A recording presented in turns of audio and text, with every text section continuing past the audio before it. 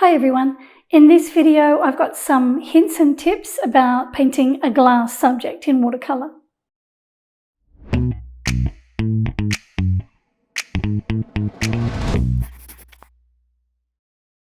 I've been asked a few times if I'd paint a glass subject in watercolour, and it's not something that I've ever painted before. So to make it easy for myself, I chose a plain glass vase. I put some water in it and I placed a simple branch of eucalyptus leaves in it. I needed to work from a photo so that I could make a tutorial of my painting. So I threw a white sheet over a half wall that we have and I placed the vase in front of it. I put some lights on the left-hand side so that I had a definite light source, and I took a few photos with my phone. With this photo, I got right down level with it, but I didn't like the viewpoint. The angle of the ellipse at the top looks like we're looking up at it, and I didn't like the way the leaves were all bunched up in the vase.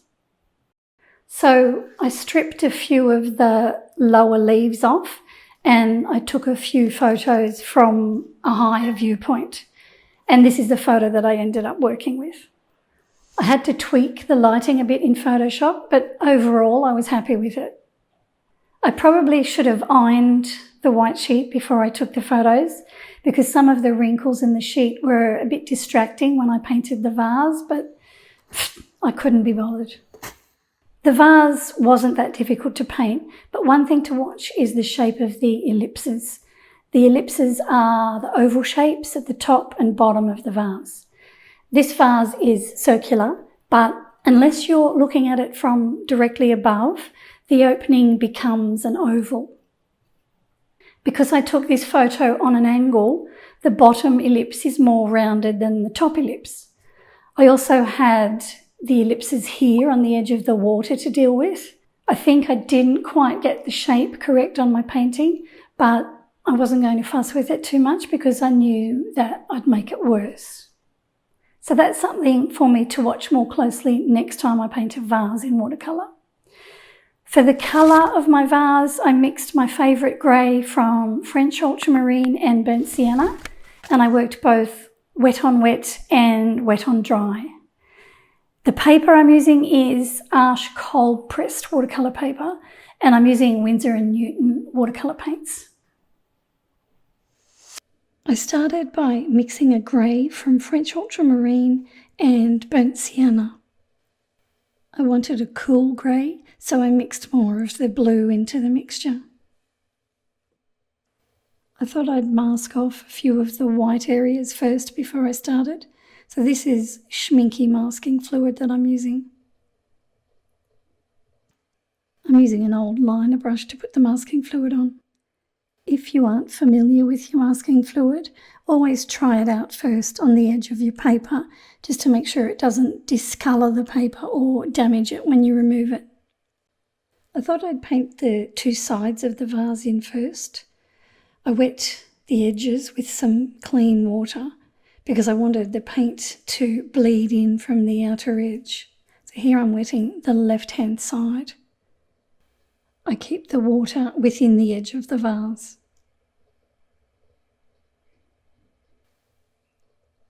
Then I use some of that beautiful grey that I mixed. And I make sure it's not too dark, so I mix a little bit of water with it. I run that down the outer edge to form the side of the vase.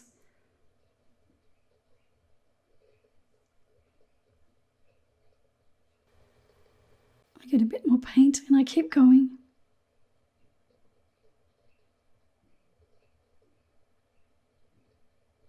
So just letting it bleed in gently from the edge. Take it all the way down to the bottom. And I did the same thing on the other side. I wet inside the top of the vase with some water. And then I painted some more of the grey in there. I didn't completely cover it with grey. I left a few white areas showing. And then I did the same thing down the bottom in the water. I painted over the stem that was in the water because I knew that the dark brown I'd use on the stem would cover over the grey. So that was easier than trying to paint around it. When I painted the vase, I was aware that I had to look really closely at the different shapes that I was seeing. I didn't think of it as a vase with water in it. Instead, I thought of it as a series of shapes sitting next to one another. I also painted the larger shapes first before I started to look closely at the little detailed shapes that I could see. Just like all the other subjects that I paint, I work from broad to specific. If you look at the reference photo, you can see that shape that I'm painting in there now.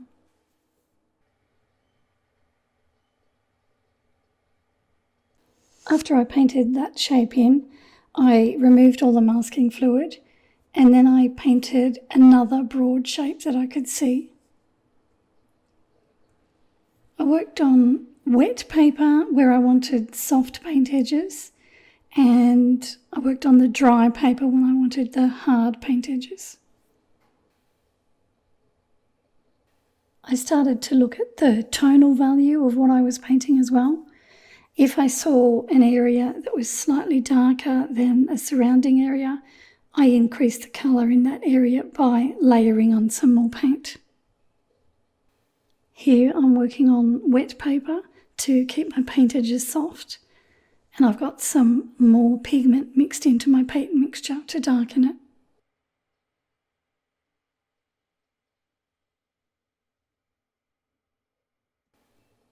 After all of the larger shapes were painted in, I looked more closely at my reference photo and I began to paint in the smaller detailed lines. I'm still using the grey that I mixed, but I've got a bit more pigment in it now to make it darker. And I've got a smaller brush now. This is a size 0 brush. It's a Vinci Maestro. And I was using a number 4 before. I'm still using the same grey, as I said. Just got more pigment mixed into it. When I want a fine line, I hold the brush up on the tip. But when I want a thicker line, I flatten the bristles out. You can see I'm pushing the brush down on the paper there because it's thicker, and then I come back up on the tip when I want a finer line.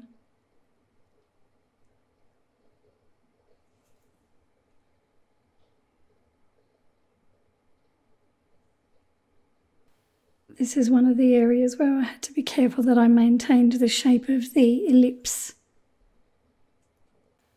I saw a darker line with hard edges running down the edge of the vase, so I painted that over the top of the area I painted in at the start of the painting.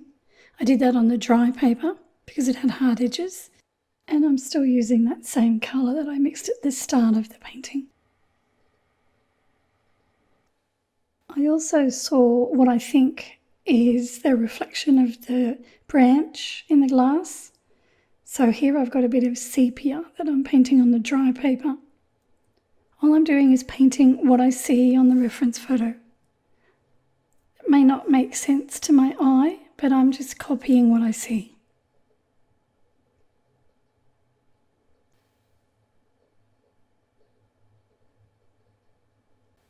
On the top rim of the vase, I had masked out the lightest areas with masking fluid.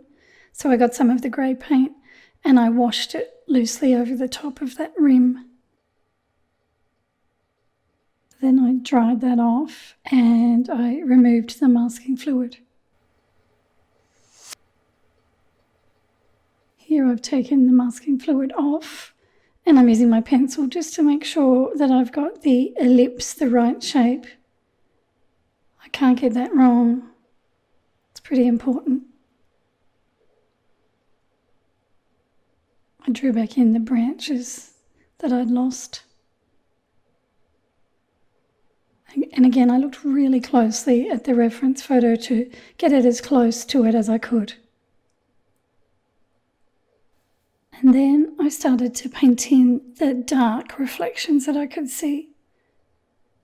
So on this right hand side I could see a dark reflection. So I paint that on the dry paper, still using this same grey mixture, but it's got more pigment in it.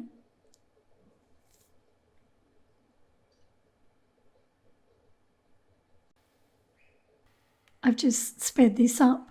There were quite a few dark reflections, particularly at the front where the branches were.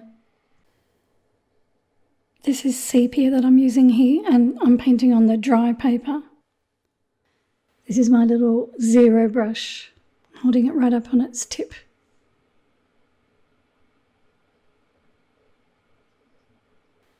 Once I had all the reflections where I wanted them, then I came back with some darker colour and darkened over the top of them. And once I had painted in this rim, I decided it was time to start painting in the leaves.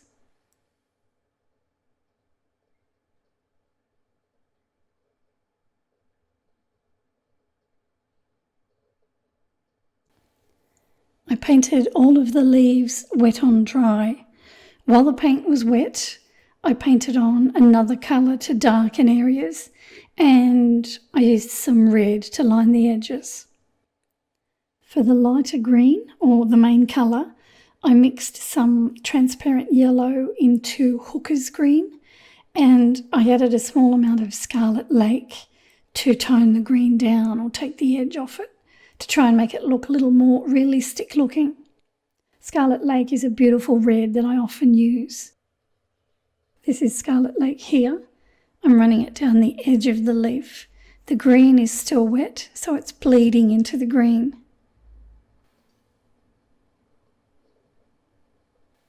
I painted the leaves in two sections.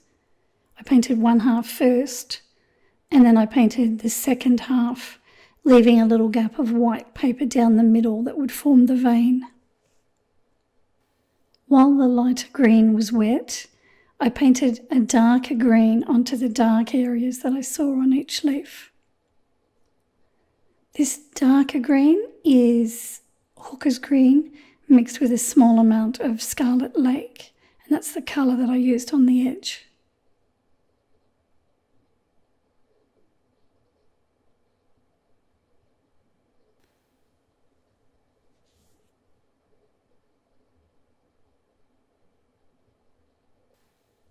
So here I've painted the lighter green on, and I've got my darker green that I'm painting over the top, just in the darker areas. The lighter green is still wet. And then I grab my Scarlet Lake, the red, and I run it along the edge while it's still wet, and I can paint some little spots on the leaves with that as well. I chose red because it's the complementary colour to green, and I thought it would make the painting pop a bit more. Here I've just painted in the other side with the lighter green, and that's still wet. And you can see I'm painting the red along the edge now, and it's bleeding back into the leaf. I have to work fairly quickly when I do this so that the paint doesn't dry.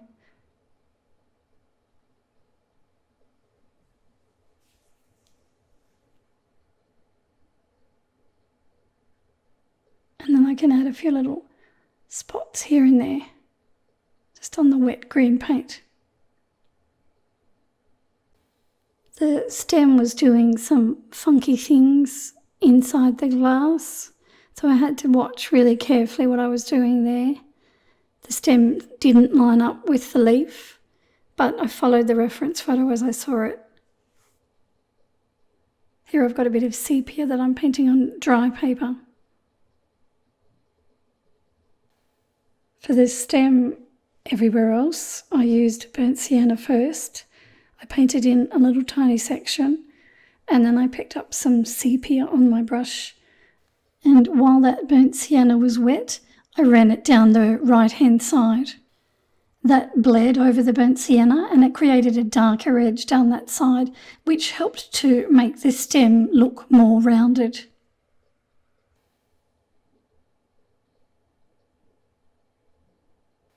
Down the bottom here, you'll notice that the part of the stem that's in the water doesn't line up with the stem that's above the water. So all of those little things I've got to watch for when I paint, just to make sure that I paint them as I see them from the reference photo. And here I'm painting sepia over the top of burnt sienna while it's wet.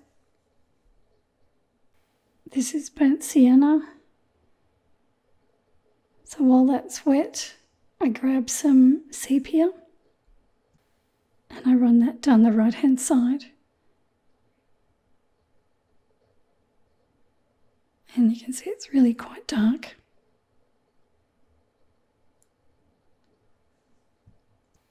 I did a few more things and I tried to fix one of my ellipses, and then I decided to call it a day.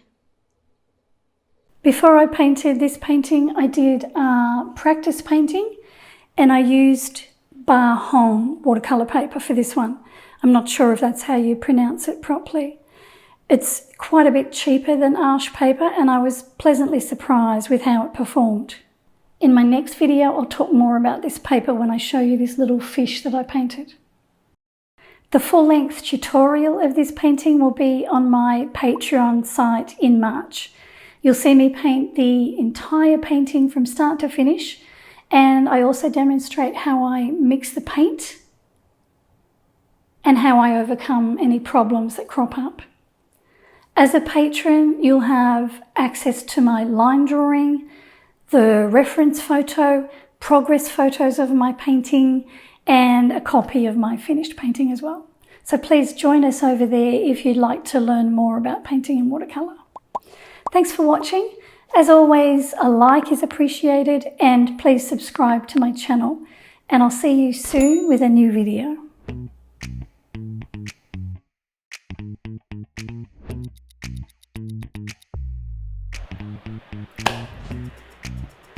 It's absolutely pouring all up and down the east coast of Australia, but I'm determined to get this video filmed. So I'm sorry if you can hear the rain on the roof, but we will continue on. Circular, oval, circular, oval.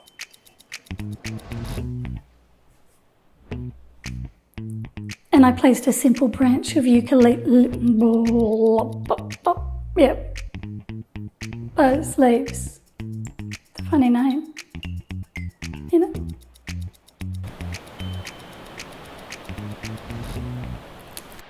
With this photo, I got right down level with it, but I didn't like the viewpoint. The angle of the eclipse, the angle of the eclipse, ellipse, ellipse, ellipse. So I stripped a few of the lower leaves off,